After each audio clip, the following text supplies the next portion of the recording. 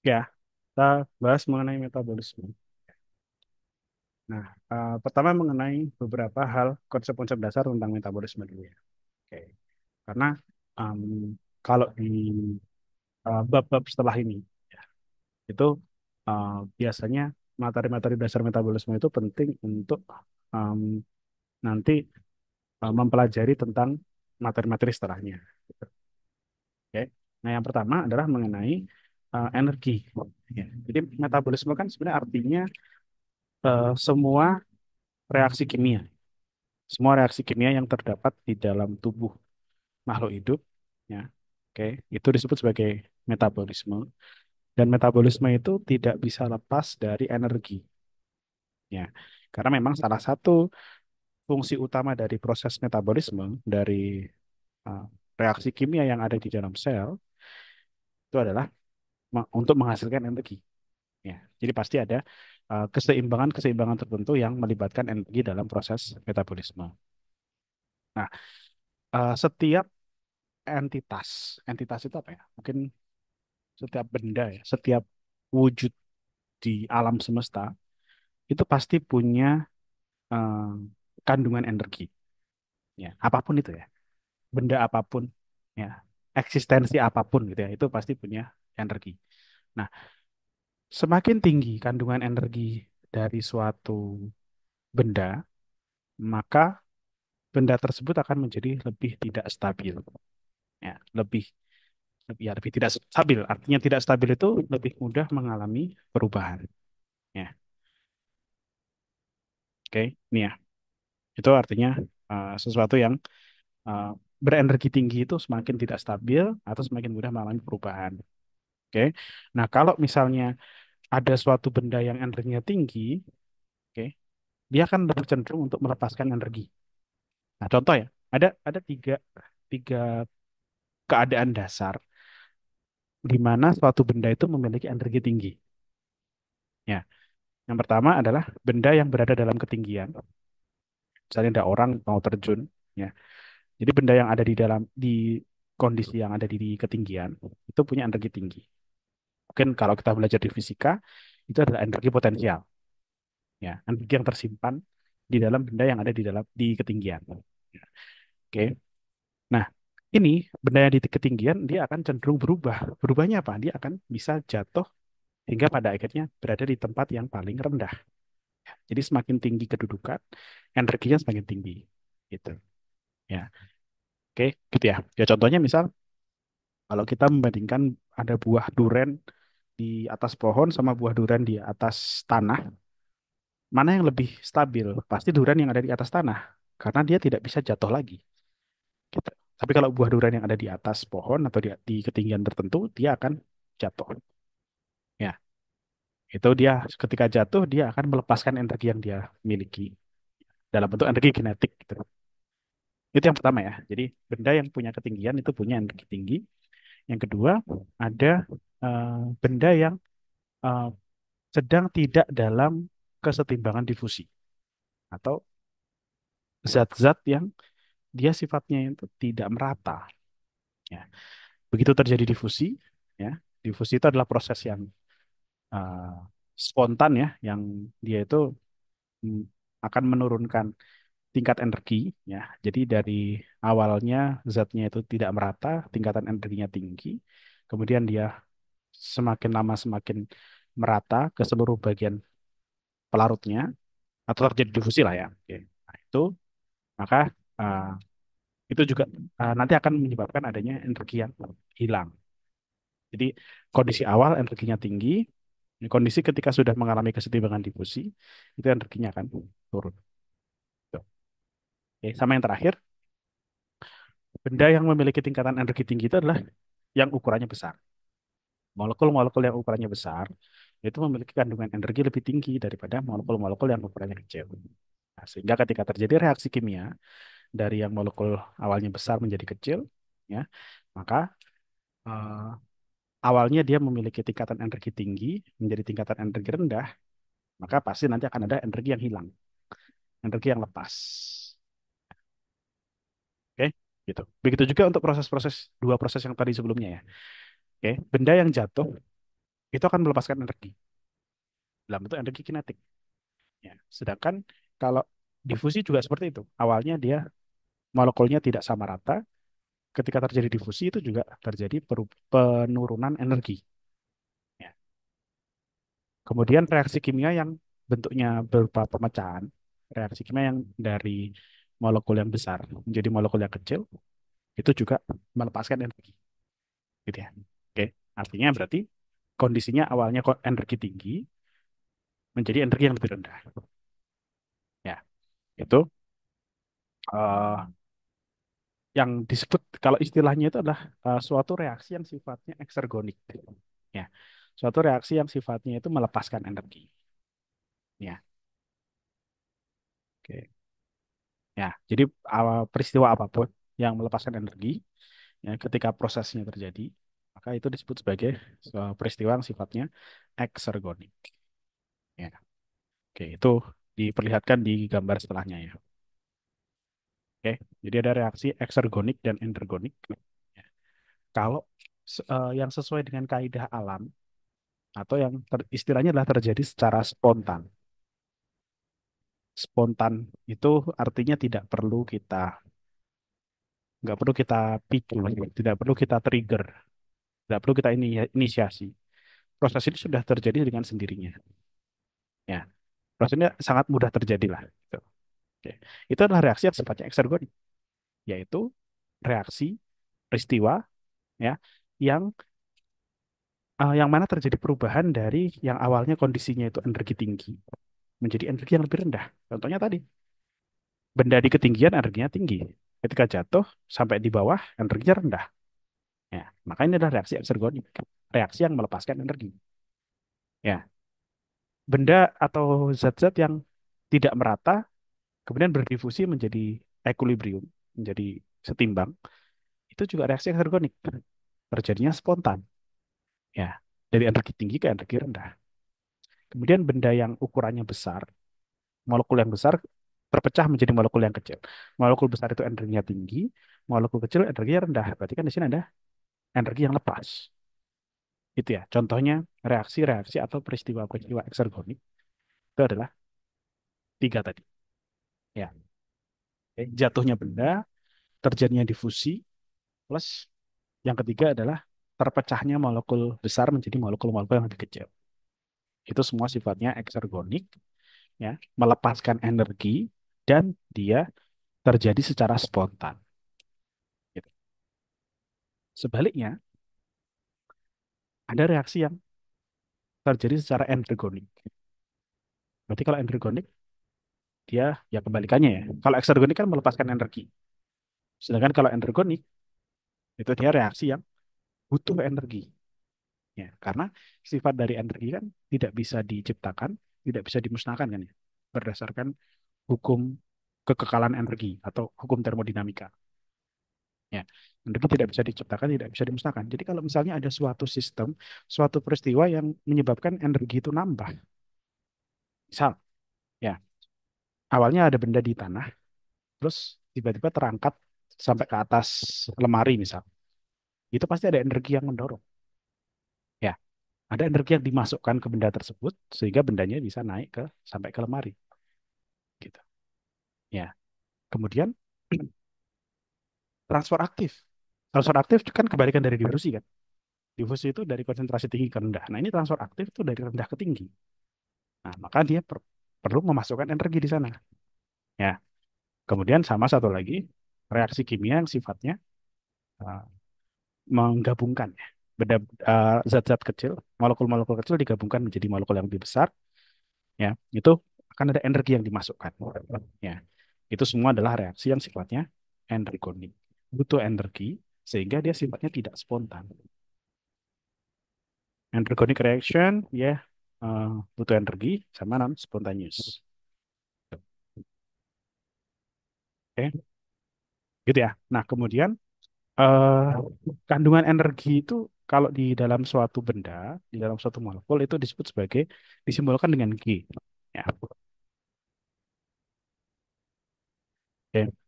Nah, kalau misal terjadi reaksi eksergonik, energinya kan turun. Energinya ada yang lepas. Oke. Nah, maka perubahan energi bebas, ya. Perubahan energi, kandungan energi yang dimiliki oleh benda itu akan mengalami penurunan. Ya, awalnya tinggi energinya, dia menjadi lebih rendah. Ada energi yang lepas. Ya, atau tadi kan reaksi eksergonik. Maka di sini dia memiliki perubahan energi yang sifatnya negatif dari tinggi ke rendah. Nah, atau biasanya dirumuskan nilai delta G. Delta itu artinya selisih ya. Oke. Jadi delta G kalau pada reaksi eksergonik itu sifatnya bernilai negatif. Ya, karena akhirnya awalnya tinggi energinya, akhirnya rendah. Oke. Jadi kalau kita cari selisihnya, akhir dikurangi awal, rendah dikurangi tinggi, maka nilainya negatif. Kurang dari nol. Gitu. Nah, makanya kalau misalnya ada suatu peristiwa yang mana dia memiliki delta G yang semakin kecil, semakin negatifnya gede, makin negatif lah ya. Maka itu adalah peristiwa yang semakin spontan. Sifatnya semakin mudah terjadi. Semakin kecil delta G, maka prosesnya akan semakin mudah terjadi, semakin spontan. Dan sebaliknya ya, kalau reaksi yang sifatnya endergonik, ada energi yang dimasukkan ke dalam sistem, ya, sehingga delta G-nya akhir dikurangi awal, besar dikurangi kecil. Energinya gede di akhir dikurangi energi kecil yang ada di awal. Makanya delta G-nya bernilai positif. Gitu ya. Jadi pada peristiwa apapun ya, kalau misal melihat ada nilai delta G, oh itu artinya adalah prosesnya itu sifatnya, itu menunjukkan prosesnya itu sifatnya apa? Apakah eksergonik atau endergonik? Kalau eksergonik berarti spontan, kalau endergonik berarti nggak spontan. Gitu. Oke, tanyaan mungkin silakan.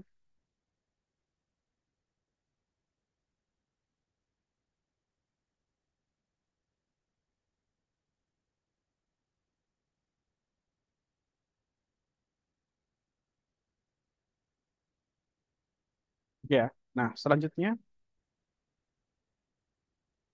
nah berbicara tentang energi, ada bentuk energi yang paling umum dijumpai di dalam sel.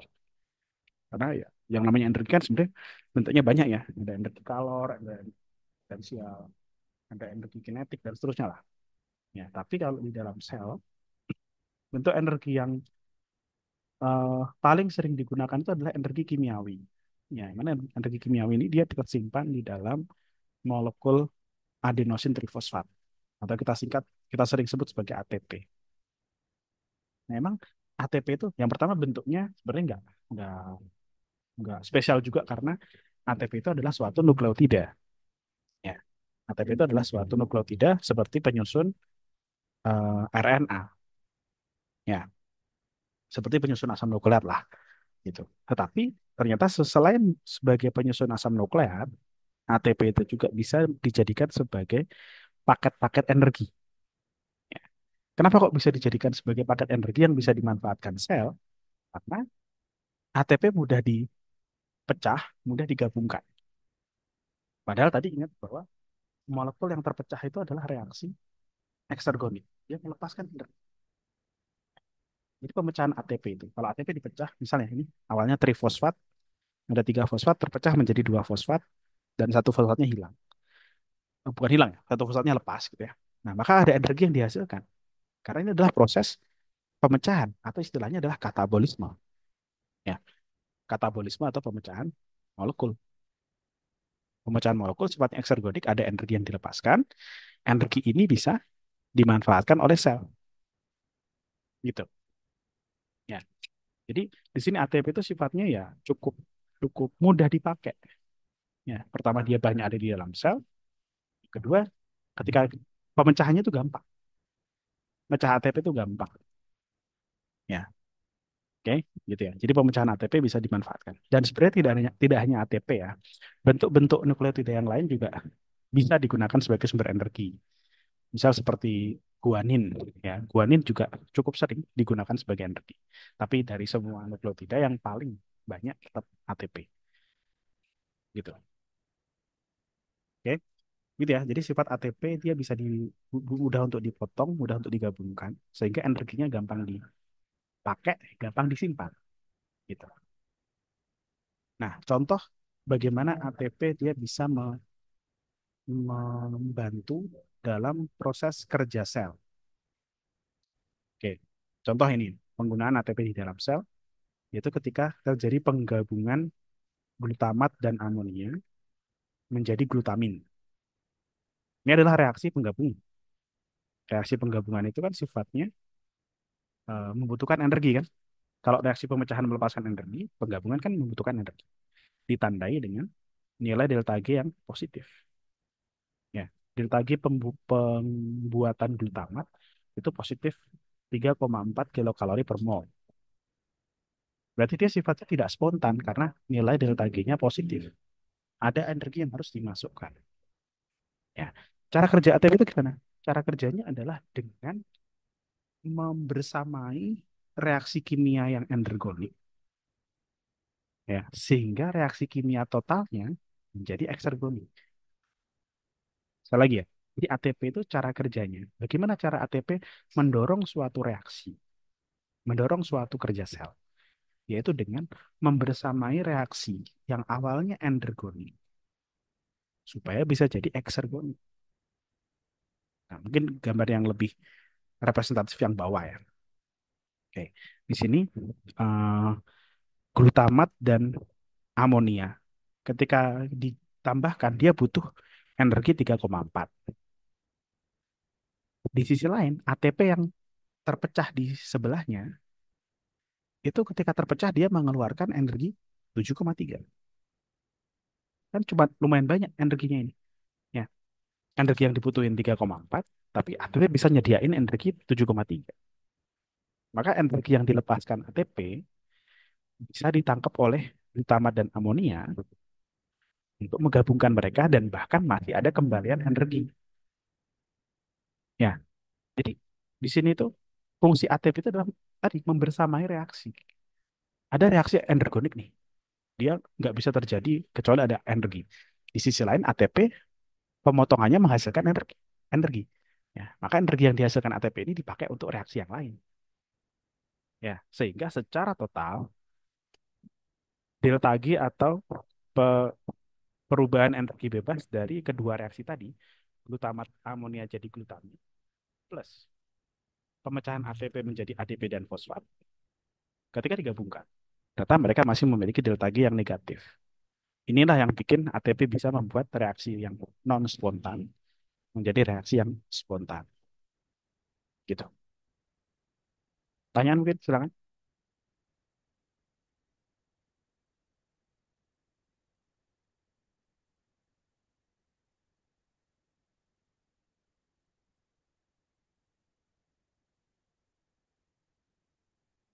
Oke, selanjutnya ya. Nah, selain reaksi kimia, ATP itu juga bisa digunakan untuk eh, mendorong jenis kerja sel yang lain. Ya, secara umum kerja sel itu ada tiga. Ya, ada reaksi kimia, ada proses transport, terutama transfer aktif ya. Oke. Yang ketiga adalah pergerakan. Ya, aktivitas jenis-jenis aktivitas sel yang ATP itu bisa membantu. Reaksi kimia, motilitas atau pergerakan, dan transport. Dan tentunya transportnya transfer aktif tadi ya. Itu gambar yang bawah ya. Oke. Gambar yang kiri itu adalah transport, ya, transfer aktif yaitu pakai pompa ion, sedangkan yang kanan itu adalah proses pergerakan vesikel-vesikel di atas mikrotubul. Ya, vesikel-vesikel yang dia bergerak di atas mikrotubul itu membutuhkan ATP juga. Termasuk pergerakan sel ya. Ketika sel misal punya flagela, ya dia bergerak itu juga membutuhkan energi berupa ATP. Gitu. Oke, itu untuk eh, kerja dari ATP ya. Nah, selanjutnya di dalam sel, proses metabolisme di dalam sel itu juga membutuhkan peran dari enzim. Oke. Enzim itu klasifikasinya cukup banyak, ada 6 di sini. Oke. Eh, nanti kita lihat sebenarnya enzim itu sebenarnya ngapain sih. Tapi secara umum, enzim itu adalah suatu biokatalisator. Istilahnya adalah biokatalisator. Dia adalah suatu molekul organik terdiri atas protein umumnya, walaupun tidak 100% proteinnya. Ya. Dia adalah suatu protein yang bisa mempercepat reaksi kimia, tetapi dia tidak ikut dikonsumsi. Ya, dia bisa dibilang enzim itu kayak alat gitu ya. Suatu alat yang bisa digunakan untuk mempercepat reaksi kimia. Karena kalau kita tadi ngomong metabolisme, metabolisme kan reaksi kimia. Enzim itu berarti berfungsi untuk meningkatkan kecepatan metabolisme. Gitu. Oke. Nah, klasifikasinya enzim itu ada 6. Nanti bisa dihafalkan ya. Oke. Mulai dari oksidoreduktase, dia untuk mengkatalisis reaksi redoks. Nanti kita lihat reaksi redoks itu kayak gitu. Kemudian ada liase yang dia bisa uh, mengubah-ubah ikatan rangkap. Oke. Kemudian ada transferase yang dia memindahkan gugus-gugus tertentu. Termasuk misal kalau kita lihat ada ATP, ya, ATP kan dia punya 3 fosfat ya. Satu fosfatnya dikasihin ke molekul lain, itu enzimnya juga namanya transferase. Karena enzim ini dia memindahkan gugus fosfat dari ATP ke molekul lain. Contohnya. Kemudian hidrolase, kalau hidrolase itu motongnya pakai bantuan molekul air. Oke. Atau istilahnya dia mengkatalisis reaksi hidrolisis. Kemudian isomerase untuk menghasilkan isomer. Isomer kita pernah bahas yaitu adalah molekul-molekul yang memiliki rumus yang sama, tapi strukturnya bisa beda. Itu pembentukan isomer, ya. Itu menggunakan isomerase. Dan yang terakhir adalah uh, ligase ya. Kalau ligase dia motong atau menyambungkan molekul, tapi nggak pakai air. Gitu. Sorry, ligase itu nyambung sih, sorry bukan motong, tapi menyambungkan molekul. Kalau memotong hidrolase. Oke. Gitu ya. Itu mengenai beberapa enzim. Ini mungkin cukup worth it untuk dihafalkan. Maksudnya eh, apa namanya istilah-istilahnya ya. Apa itu oksidoreduktase, liase dan seterusnya. Seperti itu. Oke. Tapi tidak harus dihafalkan enzim A. Ini termasuk apa? Nggak harus.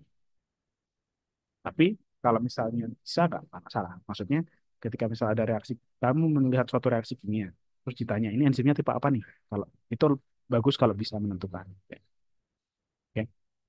Nanti kita akan coba beberapa klasifikasi enzim ini di metabolisme yang di bab selanjutnya ya, yaitu di respirasi seluler dan fotosintesis. Karena banyak reaksi kimianya banyak. Kita nanti bisa aplikasikan ke sana.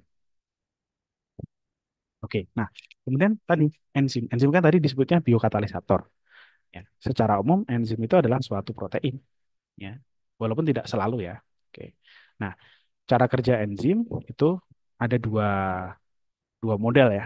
Mungkin sudah pernah belajar ya. Oh, ada model lock and key, model yang antara gembok dan kunci. Jadi bayangkan gembok dan kunci itu kan bentuknya harus sangat sesuai ya. Itu ada model seperti itu. Ada juga enzim yang model kerja enzim yaitu induced feed. Induced feed itu jadi mengatakan bahwa enzim itu bentuknya tidak kaku. Enzim itu dia masih bisa memiliki bentuk yang uh, bisa berubah sedikit-sedikit lah. Dan bentuk dari enzim itu sesuai dengan uh, substratnya.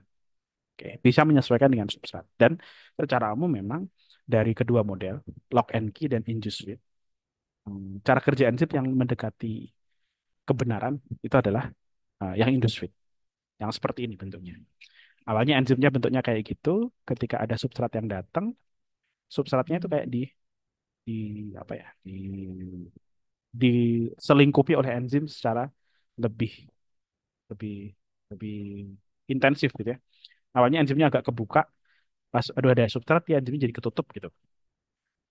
Oke, jadi enzimnya itu ngegrip si substratnya. Oke. Nah, bagian dari enzim yang secara langsung berinteraksi dengan substrat itu namanya adalah sisi aktif atau active site, gitu ya. Oke, seperti itu. Eh, Kemudian ada cukup banyak sifat-sifat enzim ya. Oke. eh, beberapa yang cukup dasar ya, yaitu enzim itu dia memiliki eh, struktur yang umumnya adalah protein. Ada beberapa pengecualian, yaitu ribozim. Ribozim itu adalah enzim-enzim yang berasal dari atau terbentuk dari RNA. Ya. Kemudian sifat dari enzim adalah dia spesifik. Jadi hanya substrat-substrat tertentu saja yang bisa mm, masuk ke sisi aktif dan dikatalisis oleh enzim. Ya, selain itu dia juga katalisisnya reaksinya bolak-balik. Jadi kalau enzim itu mengubah A jadi B, maka secara kebanyakan enzim itu juga bisa mengubah B jadi A. Jadi bisa bolak-balik ya, reaksinya. Kemudian enzim tidak dikonsumsi seiring dengan eh, reaksi kimia, ya. Jadi enzim itu ya seperti alat aja. Ya. Dia mempercepat reaksi kimia tanpa terkonsumsi karena dia bisa dipakai berulang-ulang. Oke. Dan yang selanjutnya, enzim memiliki pH dan suhu optimal untuk bekerja. Ya, oke. Jadi eh, enzim tertentu ya dia hanya bisa bekerja pada suhu tertentu saja. Ya, misal contoh ya kalau enzim-enzim yang ada di tubuh manusia itu umumnya bekerja optimal di suhu tubuh, di suhu sekitar 37 derajat misalnya. Ya. Optimal temperature for typical human enzyme itu dia sekitar 37-an lah, 36, 37 derajat. Oke. Nah, kalau misalnya dia ditempatkan pada suhu yang lebih rendah, kemampuan katalisisnya lebih rendah. Kalau ditempatkan di suhu yang tinggi, dia juga turun juga kemampuan katalisisnya. Makanya istilahnya adalah suhu optimum. Ya. Tapi ada juga sih enzim yang suhu optimumnya lebih tinggi gitu ya. Misal ini ya, suhu optimal untuk enzim-enzim bagi bakteri termofilik itu bisa 70-an derajat Celcius. Di tempat yang lebih panas gitu.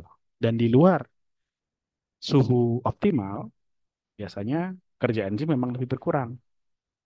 Nah, kalau di suhu tinggi, misalnya ada enzim manusia, dia ditempatkan di suhu yang terlalu tinggi, maka enzim itu akan rusak. Istilahnya adalah mengalami denaturasi. Oke, enzim itu akan strukturnya akan lepas. Jadi misal contoh ya, gambar yang kanan ini gambar satu protein. Kalau misalnya dipanaskan, maka struktur yang berlipat-lipat itu akan lepas. Ya, strukturnya akan lepas dan ya istilahnya adalah denaturasi. Ya, oke, denaturasi atau lepas. Nah, kemudian hmm, makanya di suhu yang lebih tinggi daripada suhu optimal, enzim itu aktivitasnya turun karena banyak yang rusak. Ya. Nah, kalau misalnya enzim ditempatkan di suhu yang rendah gimana? Di sini kan dia juga memiliki kecepatan katalisis yang berkurang juga kalau suhunya terlalu rendah. Nah, itu disebabkan karena ini ya, eh, energi kinetik yang dimiliki oleh molekul itu terlalu rendah. Bahasa gampangnya adalah enzim dan substrat lebih jarang ketemu. Ya. Jadi kalau suhu rendah, molekul-molekul geraknya lebih lambat. Ya. Jadi antara enzim dan substrat dia ketemunya lebih jarang. Gitu ya. Oke. Ada juga yang bilang enzimnya inaktif. Inaktif tuh maksudnya ya tadi energi kinetiknya kurang aja. Gitu ya. Oke, gitu ya. Itu kalau terjadi pada suhu yang berbeda ya. Lebih tinggi atau lebih rendah daripada suhu optimal. Gitu.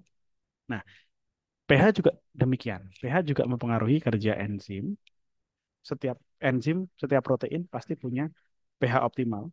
Misal kalau enzim manusia yang di usus sama di lambung itu punya suhu optimal yang berbeda. Misal pepsin itu di lambung suhu optimalnya asam, sekitar 2 ini ya. Kalau tripsin dia enzim yang ada di usus halus, dia pH optimalnya cenderung basa di pH 8 di sini kalau diperlihatkan ya. Gitu. Nah, di luar itu, di luar pH optimal, baik itu lebih pH yang lebih tinggi atau pH yang lebih rendah, enzim akan mengalami denaturasi. Ya, enzim akan rusak kalau ditempatkan pada pH yang tidak cocok. Gitu. Kenapa kok seperti itu? Karena ya enzim itu tetap saja dia adalah suatu protein.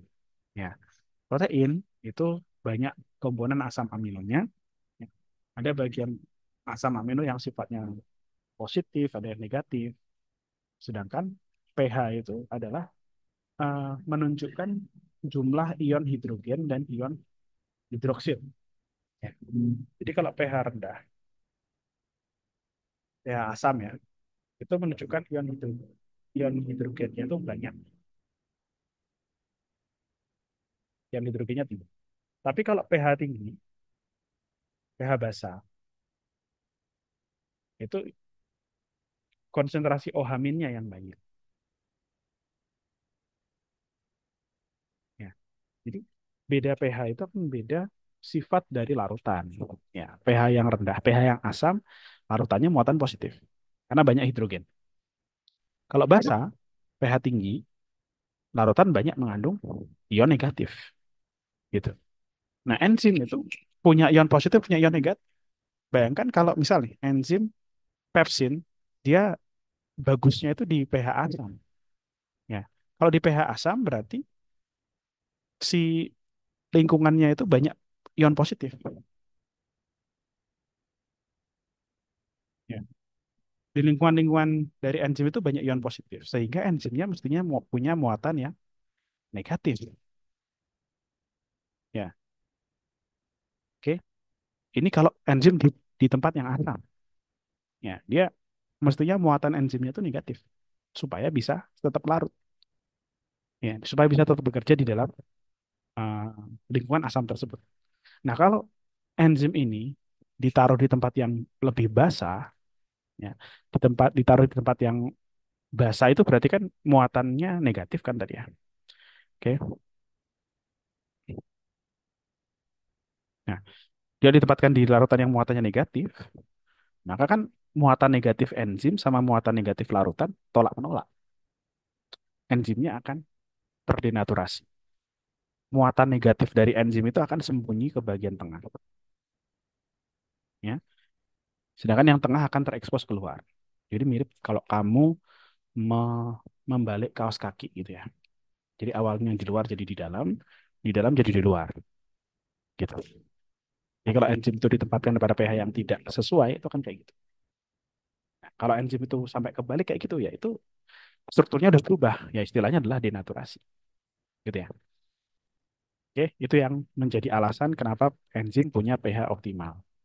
Oke, ketika pH-nya tidak sesuai, keseimbangan ioniknya tidak sesuai, maka permukaan enzimnya akan kebalik-balik, akan berbeda gitu ya. Struktur enzimnya akan menjadi berubah. Oke, itu ya. Ada pertanyaan mungkin silakan.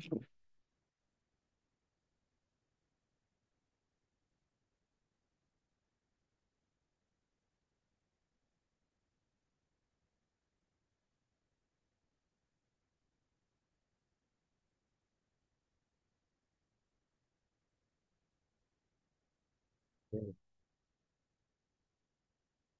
Ya, selanjutnya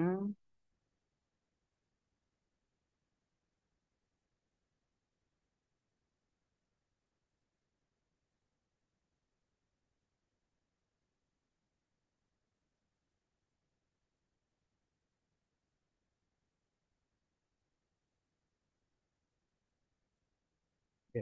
Nah, selanjutnya eh, mengenai mekanisme kerja enzim. Tadi kan dibilang kalau enzim itu dia eh, bisa meningkatkan kecepatan reaksi kimia, meningkatkan kecepatan metabolisme. Nah, secara teknis, maksudnya secara mekanistik ya, enzim itu dia bisa eh, ini memberikan lingkungan yang cocok untuk terjadinya reaksi kimia. Ya, oke. Jadi kemudian enzim juga bisa membuat substrat itu orientasinya tepat. Maksudnya gini, eh, contoh reaksi kimianya adalah reaksi kimia penggabungan. Ya. Mirip kayak kita menggabungkan Lego. Ya. Jadi kalau kita punya Lego, kita pengen tancap-tancapin kan bisa. Tapi kan nancepin Lego itu harus hadapnya kan harus pas ya. Kepala Lego sama kepala Lego kita tempelin nggak bisa nempel, nggak bisa nancep ya. Tapi kalau kepala Lego sama punggungnya Lego kita tancepin, baru dia bisa nempel. Gitu kan. Reaksi kimia juga seperti itu. Supaya reaksi kimia bisa terjadi itu orientasinya harus benar. Eh, hadapnya ya, hadap dari molekul-molekul itu harus benar. Nah itu si enzim itu berfungsi untuk mengorientasikan molekul supaya reaksi kimianya terjadi lebih efektif. Gitu. Oke. Kemudian ini dalam proses reaksi kimia itu ada istilah yang disebut sebagai keadaan transisi. Keadaan transisi itu adalah keadaan di mana molekul-molekul itu dalam keadaan paling tidak stabil karena tingkatan energinya paling tinggi. Ya. Kalau eh, ada enzim, enzim itu akan memudahkan substrat untuk mencapai keadaan transisinya. Jadi bayangkan kalau misal ada eh, molekul A sama B nempel, enzim itu fungsinya untuk narik A sama B supaya berjauhan. Makin jauh, makin jauh, makin jauh, hingga A sama B bisa kepisah. Jadi enzim itu untuk memudahkan pemisahan pada reaksi uh, pemecahan misal. Gitu. Ya, jadi atau bahasa yang lebih universalnya adalah enzim itu dia akan mempercepat atau mempermudah substrat mencapai keadaan transisi. Oke. Nah, kalau dilihat dari tingkatan energinya, enzim itu dia akan menurunkan energi aktivasi namanya. Jadi supaya reaktan bisa berubah menjadi produk. Itu harus ada energi yang dimasukkan dulu yang disebut sebagai energi aktivasi dan enzim bekerja dengan menurunkan energi aktivasi. Ya, ketika energi aktivasi turun, ya, maka sel akan, ya, sorry, reaksi kimia akan berjalan lebih cepat karena energi yang dibutuhkan untuk membuat reaksi berjalan itu lebih sedikit. Ya. Jadi kalau energi yang tersedia 100 misal gitu ya, oke. Kemudian energi aktivasi yang diperlukan lebih rendah, maka dengan 100 energi yang dimiliki oleh sel itu bisa membuat reaksi kimia yang lebih banyak. Itu. Ya, misal awalnya energi aktivasi yang dibutuhkan 10, gitu ya. Awalnya 10. Dengan adanya enzim, energi aktivasinya tinggal 5. Berarti kalau energi totalnya ada 100, awalnya dalam sekali reaksi akan ada 5, akan ada 10 reaksi, ya, 100 energi dibagi 10. Kalau ada enzim, energi yang dibutuhkan cuma 5. Berarti satu kali reaksi bisa 20, gitu ya. Jadi dia bisa meningkatkan kecepatan reaksi kimia. Oke, itu ya mengenai enzim. Oke. Ada pertanyaan? Silakan.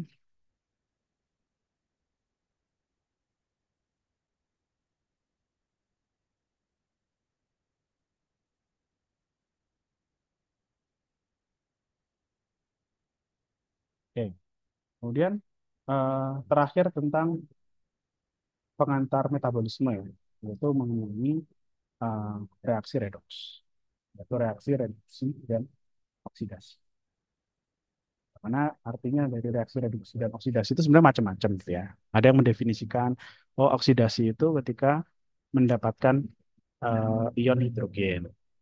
Oke. Ataupun eh, reduksi itu ketika ion hidrogen lepas dan seterusnya lah gitu. Tapi pada banyak kasus biasanya yang menjadi fokus dari reaksi redoks itu adalah elektron.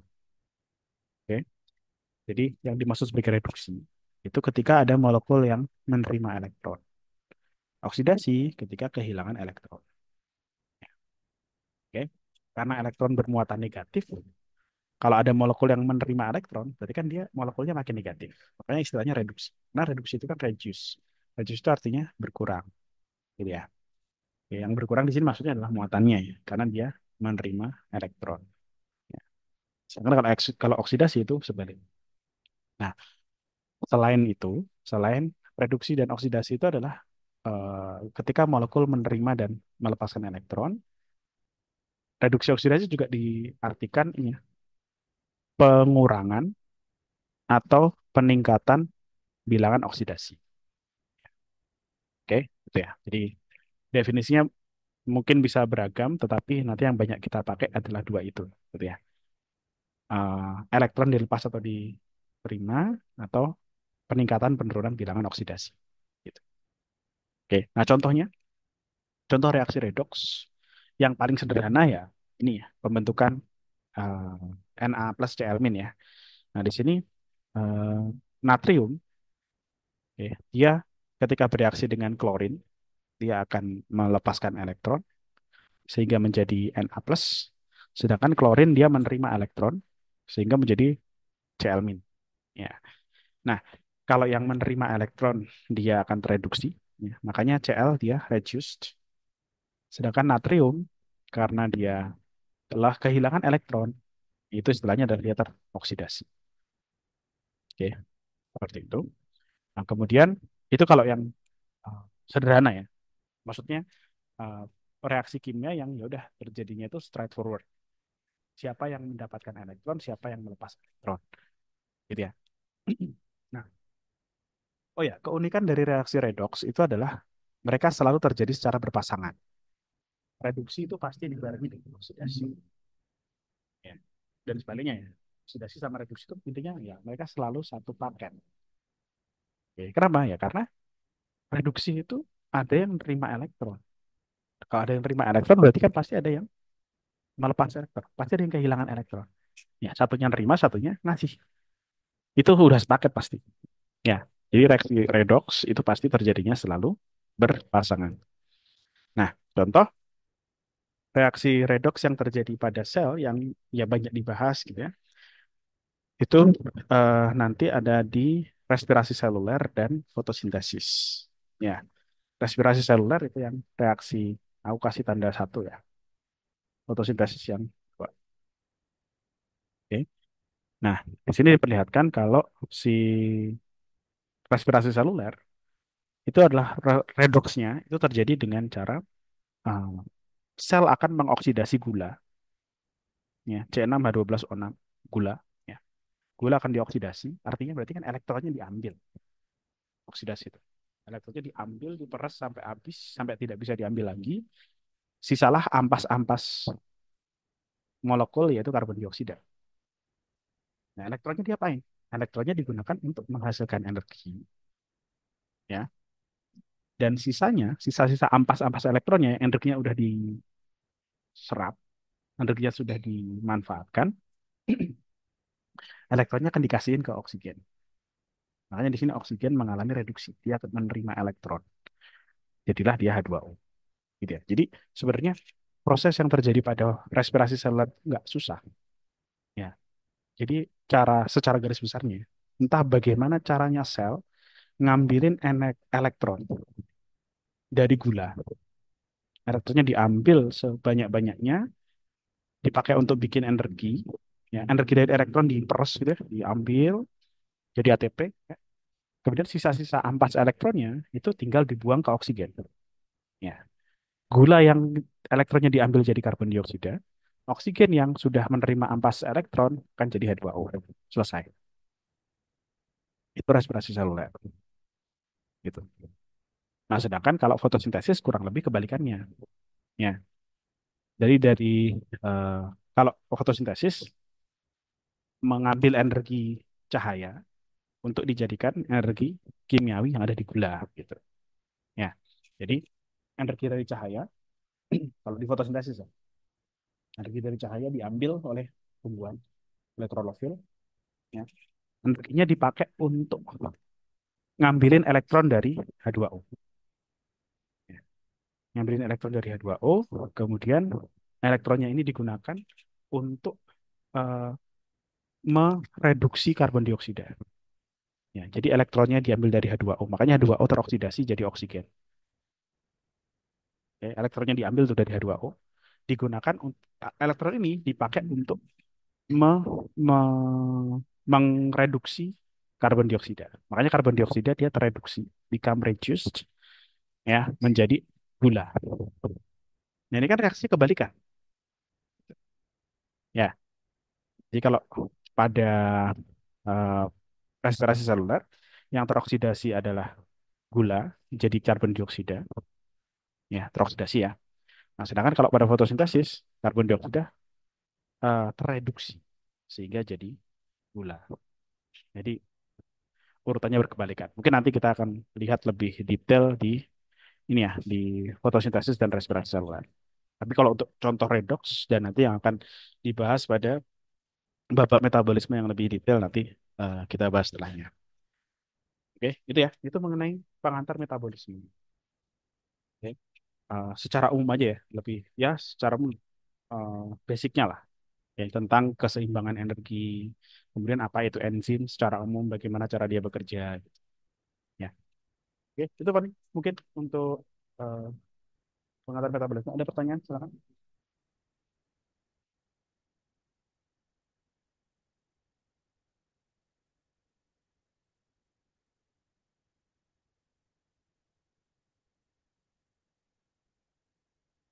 Oke, kalau tidak ada pertanyaan, berarti nanti kita akan lanjutkan di pertemuan berikutnya.